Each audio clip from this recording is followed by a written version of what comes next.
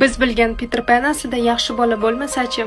Keling, bugun biz mana shu haqida gaplashamiz. Ko'pchilik Peter Panni shunchaki uchadigan va hech qachon katta bo'lishni xohlamaydigan quvnoq bola deb o'ylashadi. Lekin internetdagi ba'zi bir qo'rqinchli teoriyalarga ko'ra, Peter Pan bolalarni Neverlandga olib ketadigan qahramon emas. Balkim ularni hayotdan olib ketadigan mavjud. Original kitobda muallif qahramon Peter Panni oddiy qahramon sifatida yozmagan. Dastlabki versiyalarda Peter Pan sovuqqon va juda xavfli qahramon edi. Hattoki kitobda bir jumla bor: Peter Pan bolalar katta bo'lishi bilan ularni yo'q qiladi.